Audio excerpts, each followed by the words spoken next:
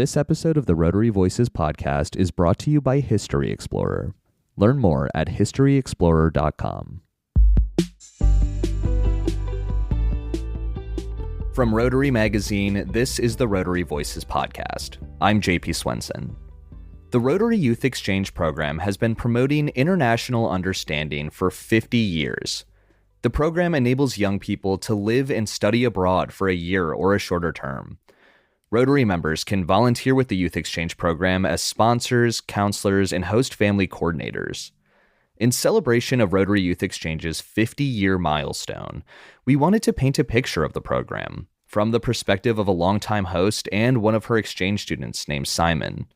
Later in the episode, we'll also sit down with Holger Knaack, chair of the Rotary Foundation Trustees and a past Rotary president. But first, Rotary Magazine senior staff writer Diana Schoberg speaks with Sabrina Barreto of Brazil about her experience hosting students with her mother, Emanuele, since she was just a year old. Could you start by telling me a bit about where you grew up in Brazil? So I grew up in a city called Natal. The literal translation to English, it's Christmas. And it's a city by the beach. Honestly, the most beautiful place on earth. It's a great weather. It's around 25 degrees Celsius all year long. It's an amazing city with lots of things to do and things to see. It is a small city though. In the exchange student perspective, it's definitely what you think about when you think about Brazil. So this city coast lifestyle with nice people in very touristic areas. Sounds like a great place to be an exchange student. So your mother, Manu Barreto, has been hosting exchange students since you were a year old. What was it like growing up with different students from all over the world? Even though I was a single child, I definitely didn't grow up as one. It was always a nice, but a little bit of a sad cycle as well. So Christmas was always a first-time experience because on most exchange students' countries, they had cold weather, snowy Christmas, and for the first time, they would have the 25th of December going to the beach and doing something very tropical. January, we would always switch families, so everything would restart. And June was always a month that I knew I would be sad. So it was definitely a great experience. I have siblings from all around the world. If I want to travel, I can just go visit my brothers and my sisters. In the end, you always create a relationship, because they come into your house, you're there every day. Even if you don't have the same interests, the same hobbies, you always find a common ground. So your mother had been an exchange student in the United States, right? And then when you were 12, you went and stayed with what would have been her host parents, kind of your host grandparents? Grandparents. What was that trip like? This trip actually happened because I was tired and I was trying to find ways to skip English classes. And one day I told my mom, I was like, listen, I don't want to learn English. I hate this language. It's useless. I'm not going back to school. And then she looked at me and she was like, no daughter of mine is going to grow up without speaking English. You have to go to my host family. And once they say your English is better than mine, then you can stop going to English class. And so I spent 3 months of winter in Philly, Bluebell, Pennsylvania. First week, I was amazed. There's snow everywhere. I met all of the exchange students that were there at that time. I did make some local friends that were really nice as well and very welcoming. And yes, I think we created a bond that was deeper than being my mom's host parents. You've been deeply involved in Rotary Youth Exchange your entire life. Why do you feel it's an important program? Well, that's a program that changes your way of seeing the world. I love how people keep saying that it's the best year of your life, but for me, it's really the first best year of life. During your exchange, you learn how to see things different and you learn how to act different. You have a different way to approaching problems and finding solutions and relating to other people. We are focused on having new experiences, of meeting new people, of speaking the language. And if we just take that same approach that we have on our exchange year to the rest of our lives, all of those are going to be the best year. So the program really changed me in that sense. And I like being able to do that to other people as well. Taking a step back a little bit, how does Youth Exchange fit into Rotary's wider mission and goals? If you think about peace, is all about not necessarily understanding, but respecting the differences, right? And when you send an exchange student to the other side of the world, how could you hate? How could you not accept? How could you not respect? I say quite often, I don't know if you know the term third culture kids. It's a term used when we talk about cultural studies, that it's kids from one culture parents and the other culture parents, and they become a third culture. And I feel that's quite true in youth exchange as well. So I left Brazil. I was only Brazilian. And you could say Brazilian is a Catholic country. I go to Taiwan, where I have 3 different families with 3 different religions. And even though I don't believe them, I practice them because it's part of the culture. It's impossible for you to hate or not accept something that it's part of your culture as well. And taking kind of this idea one step further, how has Rotary Youth Exchange shaped who you are today? I am what I am because of Rotary Youth Exchange.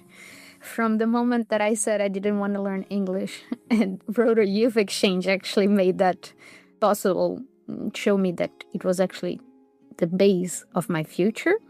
It opened my life, it opened my eyes, it gives me a completely different perspective when I see people, when I see problems.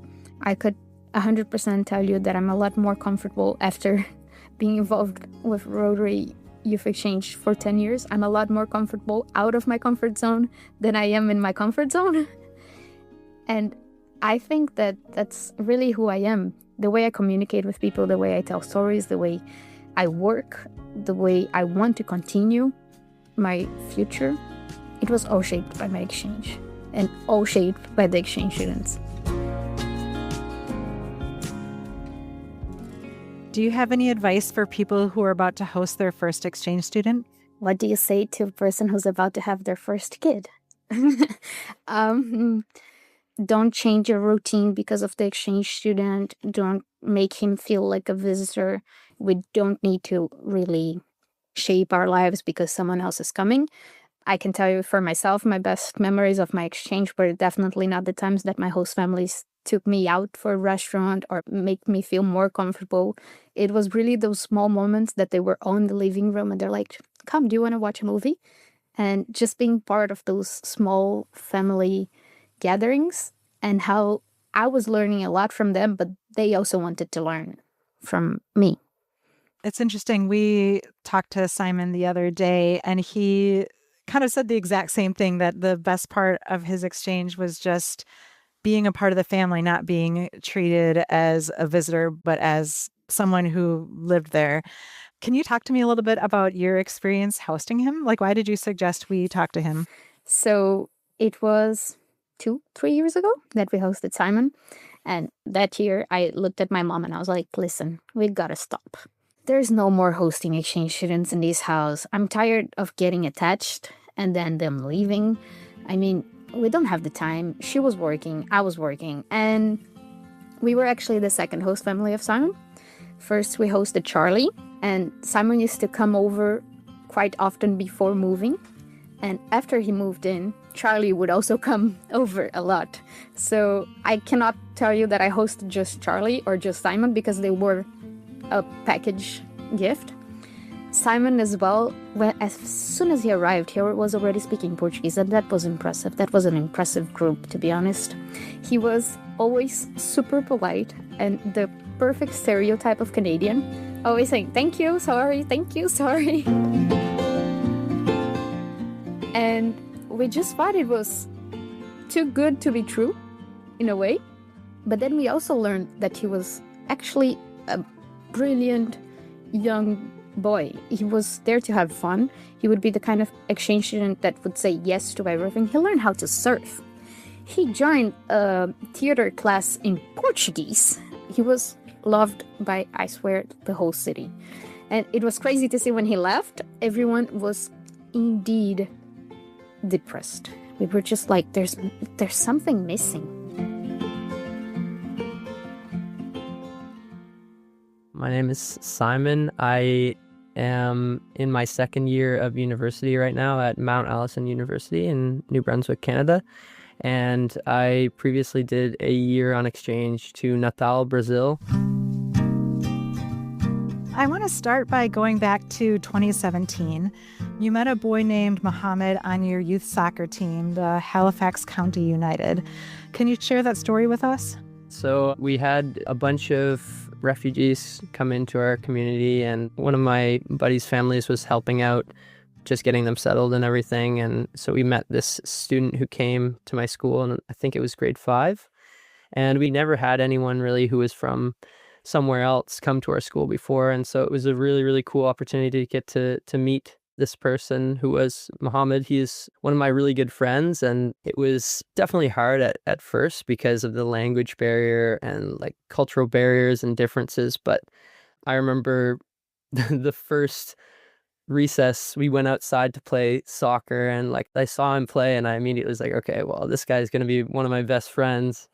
I just told him, hey, you should come out and play with our club. So we brought him out, and it just went from there. Like a friendship built just on a love for the game, right? How did that experience influence your view of other cultures and travel? Something that I kind of learned at a very young age is that we're all just humans. And if you love something and someone else loves something, you're most likely going to get along and have a great time. So I'm sure that that had a part in influencing the way that my exchange went and why it went so well.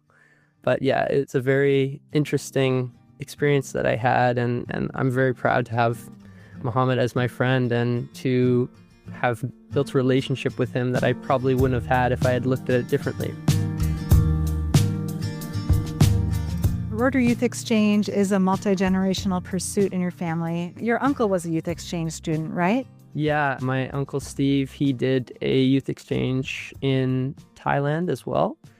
And it was great because we went to this Rotary event in 2018 with my mom, and he actually came and visited. And then we went to visit his host family from when he was there, and we got to experience like a little bit of his time there, which was really cool. And he was probably the biggest inspiration for me to go and do this exchange.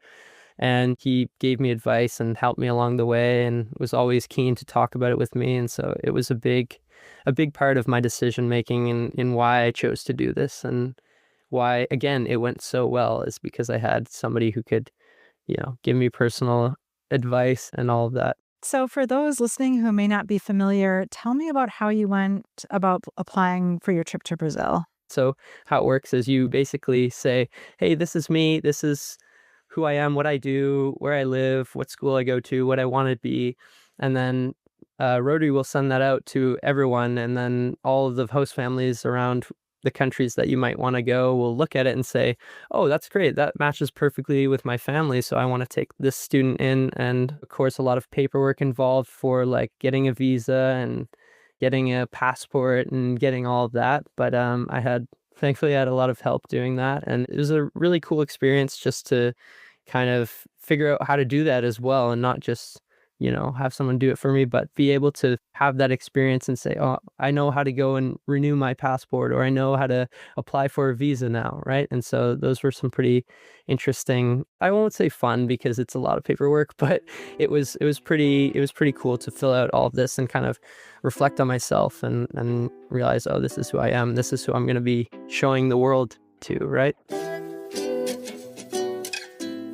Do you recall how you felt or what you were doing when you received the news that a family had selected you? I remember getting the text and kind of like a Home Alone scenario. I was super excited. I went downstairs and ran around the house and waving my arms and said, Mom, I'm going to Brazil. And she was super excited as well. And we spent the whole day looking up the region, like where I was going to be, and asking questions with the host family. And so it was a really, really surreal experience for sure. Did you know Portuguese going into it? No, I knew barely anything. I learned the basics, of course, but I remember when I got there, it was just like oh my gosh, I don't know any of these words. I don't know any of these signs, what these things are saying. And that was a real shock for me when I got there, because my first host family, not Emanuele and Sabrina, they did not speak any English. So it was a lot of Google translating and a lot of just kind of murmuring hand signals. Wow. But it was really cool too. And that, of course, helped. My ability to speak fluent Portuguese now comes from that. Even though it might have been a little bit scary, it was fantastic. Cool. Tell me about the day you left for the exchange. What was going through your head? So I remember we got to the airport, and I don't know why. I feel like I should have probably been more nervous, but I was just really excited. I finished high school and I was ready to start something new. And so I was in the airport. I remember my mom was crying, and I was like, I wasn't crying, and I felt kind of bad because I was like, oh, I don't feel like I'm missing you guys yet. But, of course, by the time I got there, it was a whole different story. But I remember just being super excited, and I had my Rotary blazer on, and I was just like a little kid going out into the world. So it was a pretty cool feeling to have, of really like the independence and freedom to go and start new, I guess. Maybe tell us a bit about everyday life in your exchange and how you created a bond with the people you met there. So my first host family, they had a furniture store, and we lived above the furniture store. So a lot of the days, like, I had not a lot to do when I was not in school, and I was just like sitting around trying to converse and whatever. And then they were like, "Hey, do you want to help us put all this furniture back in?" And it sounds like a kind of weird or laborious thing to be doing, but it was super fun. Like, I remember just hanging out with them and doing normal everyday working kind of things, and just being a part of the like, it didn't feel like I was an exchange student. It felt like I was their son, and they're like, "Hey, get over here, help us move this couch." That was something that I really enjoyed. And my host brother, he was there. He worked with them. So there's a couple times where him and I went on little journeys to go and deliver furniture and stuff. It was just, it sounds kind of weird, but it was a really, really cool opportunity. And like the first week I got there, there was like a little patio on the roof where you could see out into the street. And I remember looking out into the street, and there was this old man with a big speaker on his shoulder just dancing in the road. And I was like, oh, this is going to be a great year for me. But yeah, just stuff like that, little things that you wouldn't really expect. They really made the difference in having a really great time and appreciating where I was. That's awesome. Thinking about your story with Muhammad, and you talked about how you had this universal language of soccer with him. Did you run into anything similar in Brazil playing soccer? Yeah, so there was Charlie, who was the first host student of Emanuele, and also they had a short-term student, Ignacio, from Argentina. So we all became really close, and I learned that Ignacio liked soccer. And my host brother Miguel, he loved soccer as well. So he had a little club that he would go to all the time, and we pay like a little fee, and we'd play on the turf, and just with like older men and younger guys and guys our age, and we just go there and like have a really good time playing soccer and just enjoying it. And I'll be honest, we didn't do too well because we're not Brazilian, and they were all really great. But it was still just a lot of fun to be in that culture, and really being accepted by those people too, and having them not see me as like, at first they said, "Oh, gringo, foreigner," right? But then they kind of say, "Oh, this kid's good." Like and it became a really, really awesome space for me to just have fun and enjoy that. What were some of the challenges you wish you would have prepared for? That's a great question. I think probably one of the biggest challenges for me was homesickness, which is a pretty classic one. Of course, being away from your family for a year is a tough thing to do. I don't know if I would say that I could have prepared better for it. I wish that I would have maybe dealt with it a little better. I know there was a couple of times where I would just be kind of sad and stay in my room and not want to do anything. And I definitely could have been doing more productive things with my time there, of course, because I'm in a different country and it's awesome. I mean, that didn't happen often. I think I was pretty good for that. But there were a couple of times that were specifically challenging, and that was around Christmas time and like Thanksgiving, New Year's, big events like that, where it's just not the same in Brazil. And so, yeah, that was pretty hard. But at the same time, I was grateful for where I was and who I was around, and that made it just a little bit better. Thinking about the language challenges, it sounds like you, by the end of your stay, language wasn't an issue anymore. Yeah, I'd say probably now, being 2 years later, I don't have the chances to practice Portuguese as much. So I'd say it's not perfectly fluent like it was. But I remember we had a rule, me, Charlie, and Ignacio, where we would not speak English to each other. Even though all of us knew how to speak English, we were in Brazil, so we're going to speak Portuguese. And it might have been bad, but we still spoke it to each other regardless. And I mean, that just was a great way to practice and to get better and to improve. And we weren't really afraid to make mistakes. And that way people were able to say, oh, that's not right. Say it this way, maybe. And then we'd learn. And then the next time we'd say it better. And so I think that definitely helped a lot. I know we've talked about a few of your stories while you were there. Are there any other kind of special moments or stories or things like that that stand out that you'd like to share? There was a moment when the three of us, Charlie, Ignacio, and I, were in an Uber. We were sitting in the Uber and we were talking to ourselves, but we were speaking in Portuguese because of this rule we had.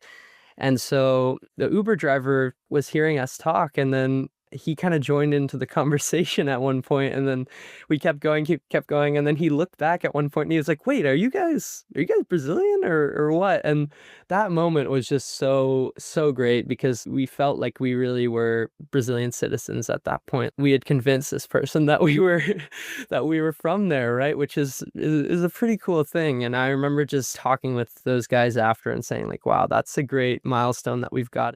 Are there any stories from your relationship with Sabrina specifically that you might recount? There was one point where Sabrina was going to do I believe she was an ambassador at one of the delegations in Singapore for Rotary. And I remember she was super excited about this and wanted to write the best speech possible. And she came to us and she said, guys, can you help me with this? And I thought she was joking, of course, because, it's an important thing. But she said, hey, I'm serious. My English is not perfect. You guys speak English. Can you help me with this?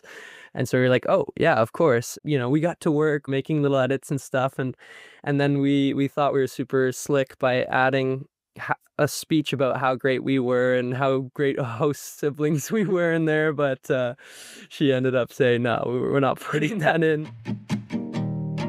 She was always joking with us, always having really fun little games we would play with each other and pranks that we'd play on each other. And again, it was more so a sister than a host sibling, right? It was more of a familial bond where you joke and laugh and pick on your siblings. And so that was really special. And yeah, I enjoyed every moment of it.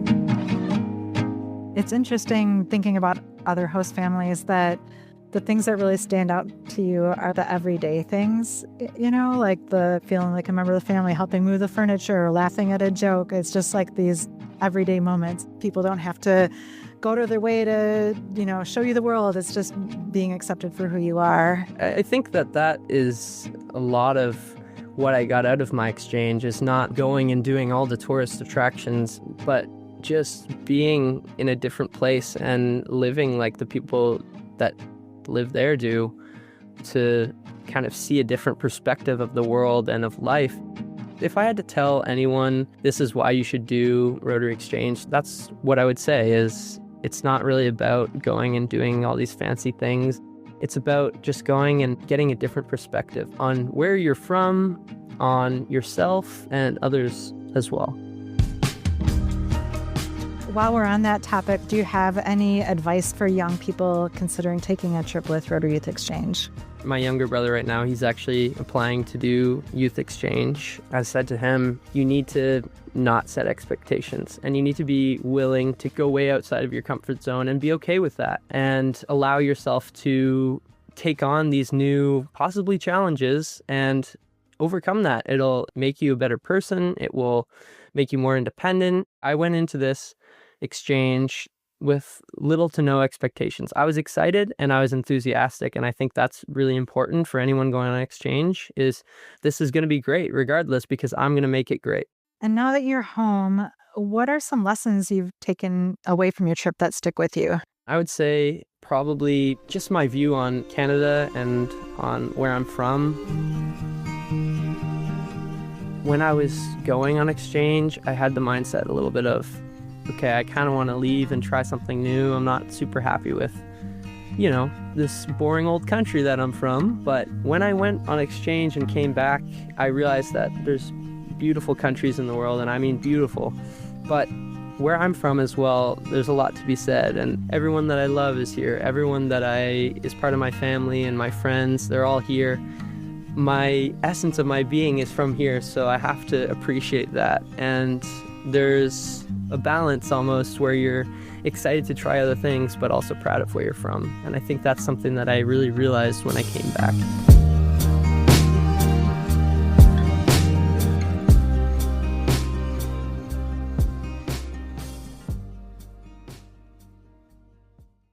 Be part of a historic event. Join Lech Walesa, Nobel Peace Prize winner and one of the world's greatest leaders, on his first ever grand lecture tour across North America. Meet the global hero who changed the course of history and inspired millions. Now, the greatest challenges of our time lie ahead. Walesa will take you behind the scenes of one of history's greatest turning points and into the future we must build together. Register now at historyexplorer.com.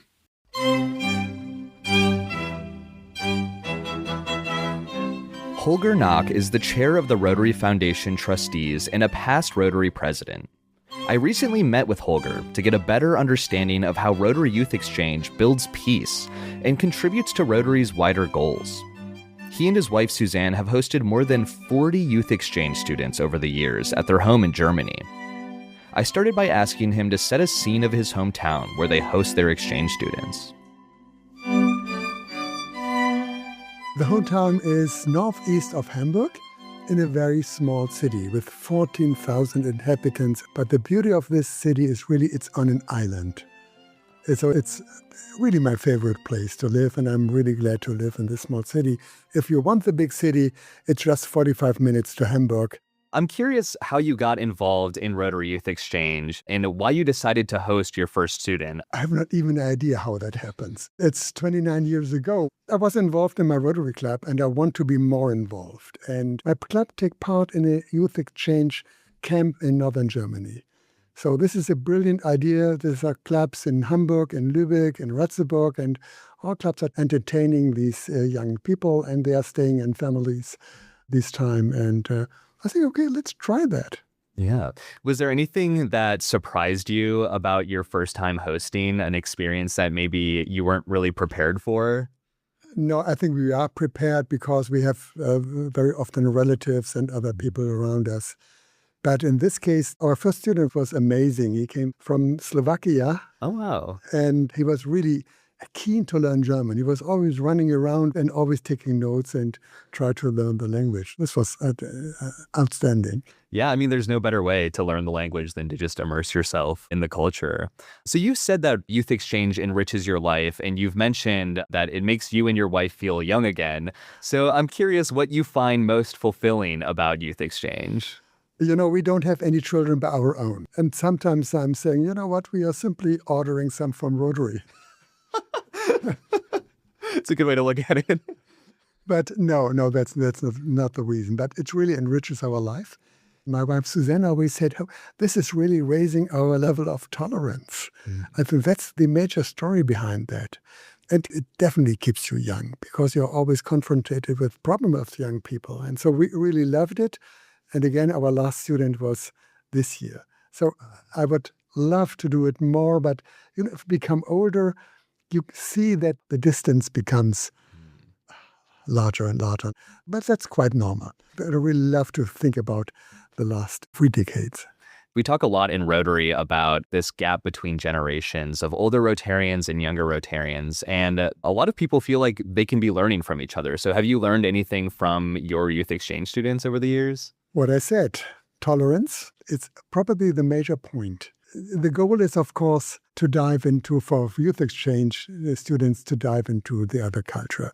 Our first goal is not the language. The language comes by itself if you're living with families together, but really diving in the other culture.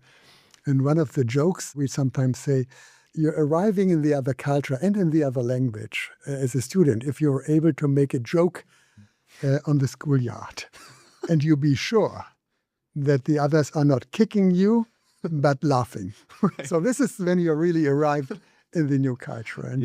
And for us I think most important is you have to pick youth exchange students up where they are. And some people say, we always pick them up from the airport. No, it's about picking them up from the other culture. Think that they are like you or understand everything. No, they are of course different. And you have to understand the other culture. And this is always the first step. And that's, by the way, also the first step for understanding among different nations. It's amazing how different they are and I think also how lovely they are. Yeah. I mean, it's one of the beautiful things about Rotary more generally is this mixing of cultures. Are there any experiences where you found it particularly challenging to bridge that cultural understanding, or where maybe there was a cultural misunderstanding or miscommunication? And how did you overcome that? There are no bad youth exchange students. I always said to my district and my club, don't send anyone home because of he's not behaved. Send him to us. I think we can make it. And we made it always. Wow. It's Susanne, my wife, always said, it's about love. You have to love your students like your own children. Love and understanding. And this works always. It's sometimes challenging, but hey, it's about giving them a home, I think. What I said, a home, that they feel like being respected. Okay, and we have, of course, the advantage living at the seaside and having a lot of possibilities, especially in summer with swimming and a rowing boat and a sailing boat and a paddle boat and whatever you want. That makes it much more easy for us. But regarding understanding, probably a short story. One Rotary member sends his son to Taiwan and got another one from South America. And he was totally disappointed and upset that his son couldn't live in Taiwan like in Germany. Wow. Because people are working, both family members are working the whole day, and it's a totally different life. And he was also complaining about the exchange students he got because he was not like his son. Oh my gosh. He was not closing the door and he was always too late. And that's normal, I think. Yeah. And so at least we got this exchange student from Colombia, and he was a nice guy. And it's quite normal. They sometimes forget to lock the door, they don't clean their room up, or they are always late. But that's okay. Yeah. We have to deal with this. So this family didn't understand youth exchange. And so that's about, hey, they are coming from South America. They are different. They have a different time management than we are. And you can deal with that. And then you take it with a smile, and that works always. Right. Yeah. I mean, if that's the metric in order to stay at somebody's house, I mean, I'm guilty of all of those things. So I certainly would have gotten kicked out. Zooming out a little bit, looking at what Youth Exchange does for Rotary more generally, why do you feel it's an important program for Rotary to offer? One of our goals is to change people's life to the better. And I'm totally sure that with Youth Exchange, we are really changing the lives of so many people. 8,000 before the pandemic. The numbers went a little bit down after that. But that's amazing how we are changing people's lives. And we are also changing our own life with this. But we start the discussion exactly with that. And, so many people and with so much fun, that's still, even if I'm the chair of the Rotary Foundation, it's still my favorite program, Youth Exchange. Rotary Youth Exchange is often about lasting connections. Are there any students that you've hosted that you still keep in touch with to this day, maybe years later? Many of them, really many of them. We went to different marriages or weddings. Oh, wow. Like this year to two. One in northern Italy, in Milano, and the other one in the Netherlands. Wow. So we have so many. And by the way, what is interesting, it makes not a difference if someone is just being 2 weeks in your house or for a month. It's really about the connection. And we keep connections. We went to weddings in different countries also. Czech Republic, Slovakia. South America doesn't work, but we have still connections with students over there. Yeah. But it really works. And some of them still are calling us mom and dad, but most of them calling us Susanne and Holger, what I really prefer.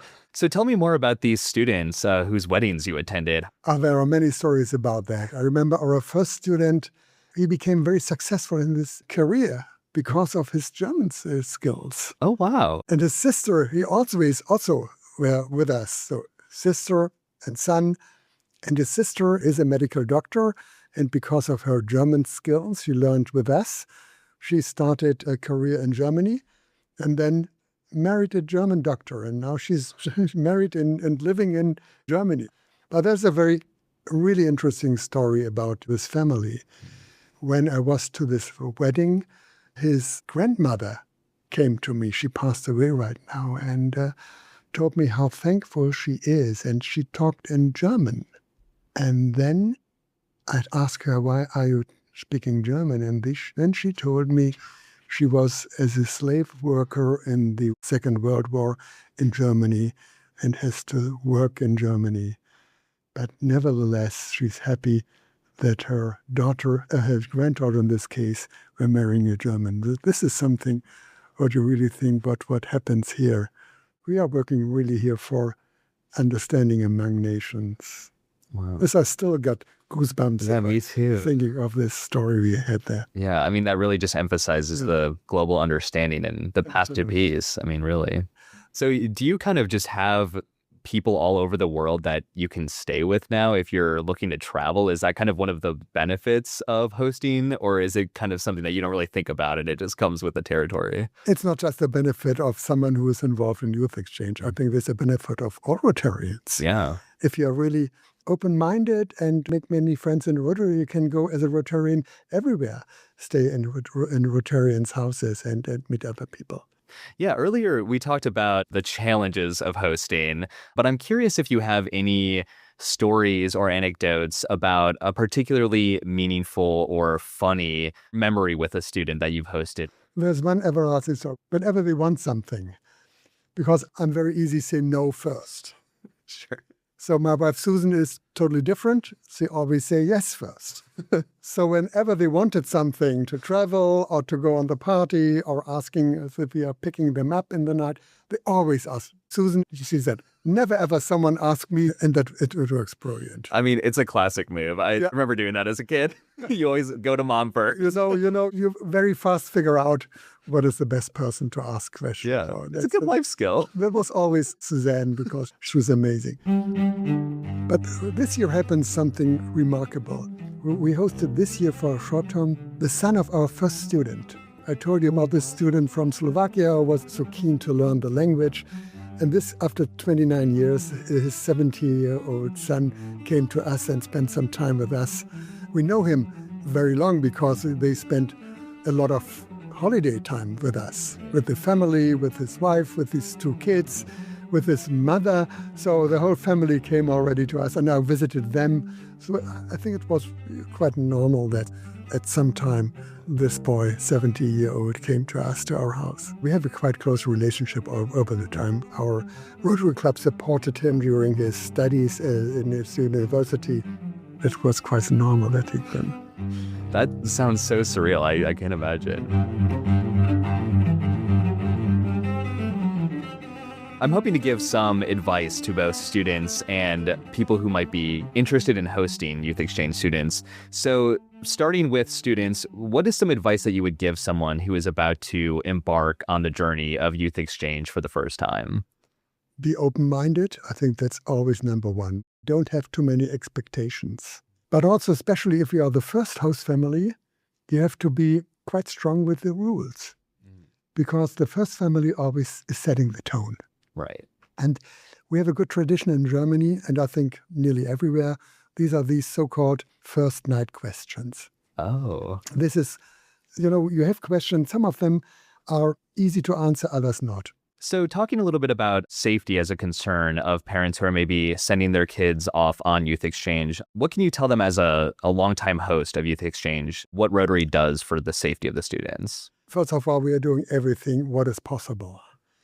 But I think the secret behind the Rotary Youth Exchange is you're a guest not of a host family, but a guest of the Rotary Club. And it's about trust. As a Rotary member or non-Rotary member, but you know that a Rotary Club somewhere on the other corner of this world is taking care of your kids. I think that's the major thing here. The youth protection policy, that's a different thing. So we have to and we do following every rules we set for ourselves. And our goal is and was always in Youth Exchange to have the highest possible standard among all Youth Exchange programs. And we still do this. And I really think we can be proud of that. It's about trust, a safe environment for our kids, and I think we are very successful with that. This episode of the Rotary Voices podcast was produced by me, JP Swenson. It was edited by Wen Huang. Production by Joe Dassault. If you enjoyed the show, please rate us 5 stars on Apple Podcasts and Spotify, and share it with your friends. The Rotary Voices podcast is produced by Rotary Magazine, the official monthly publication of Rotary International. Thanks for listening.